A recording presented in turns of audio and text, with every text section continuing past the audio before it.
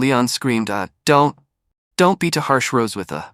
At this moment, Leon had already put on his pajamas and was lying on Roswitha's bed. He wore a very uncomfortable expression.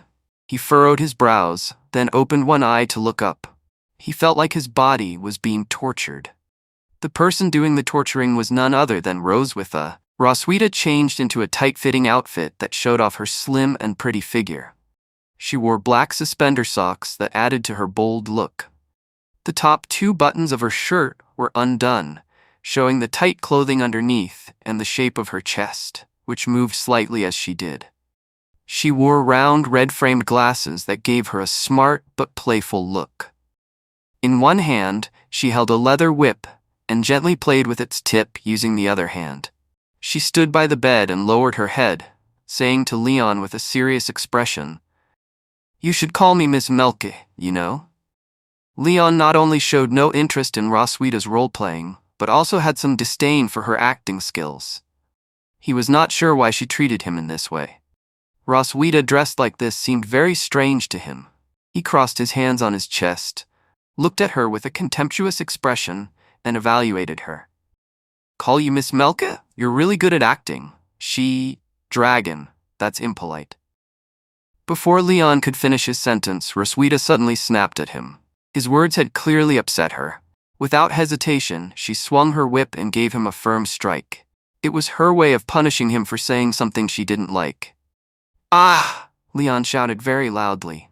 The whip hit Leon's arm, which made him feel the pain again. He closed his eyes tightly, opened his mouth, and rolled toward the other side of the bed. Then Roswitha climbed onto the bed and knelt next to Leon.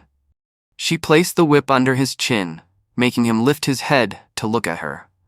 With a playful tap of the whip against his chin, like teasing a puppy, she smiled. Standing tall and proud like a queen, she looked down at him and spoke about what he had just said. "You called the wrong name again.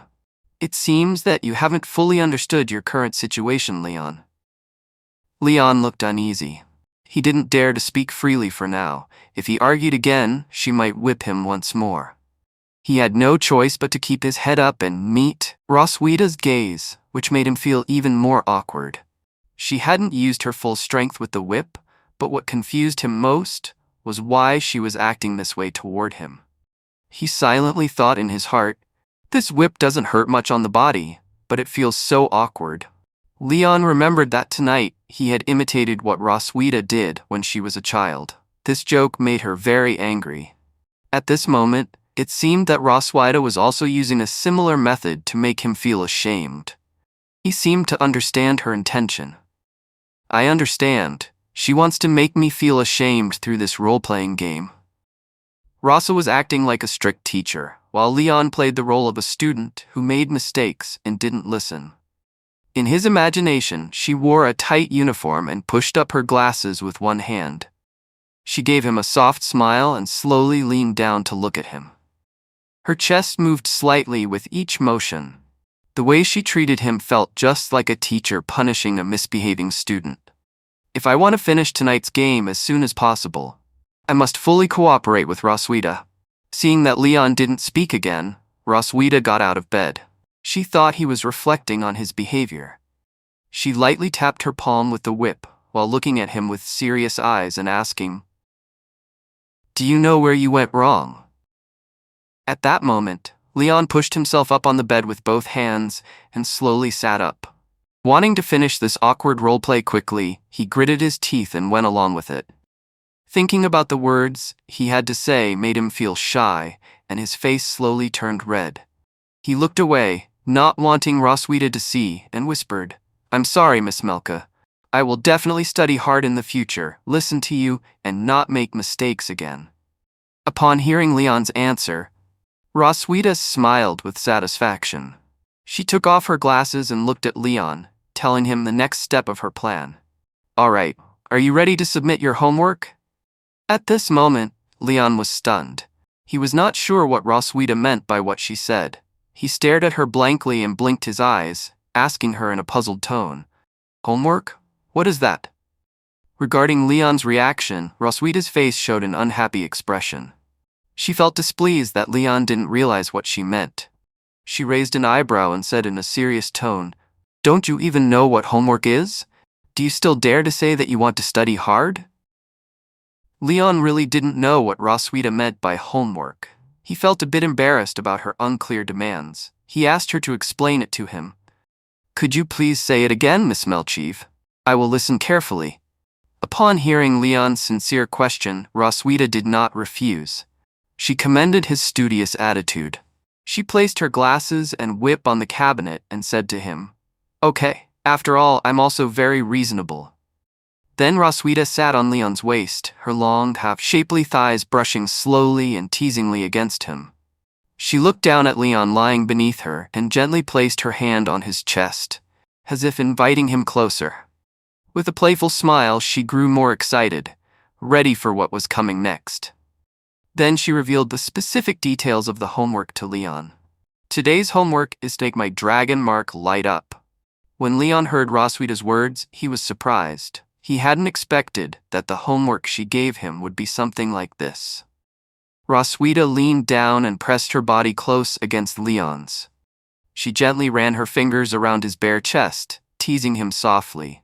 Then, moving closer, she looked at him with a playful but serious expression and warned him, "If you can't do it, you will face even harsher punishment."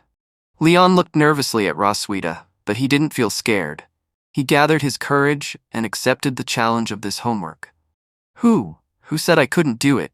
Leon raised his hand and gently touched Roswitha's thin, soft waist. He started in a familiar spot, then slowly moved his hand up along her waist, exploring other parts of her body. As he touched her more and more, Leon felt his own body growing hotter. He breathed in sharply, his face flushing bright red. He knew Roswitha's body very well. After all, during the past few nights when she had let out her emotions, he had slowly become familiar with every part of her. He thought confidently, "We have experienced countless nights.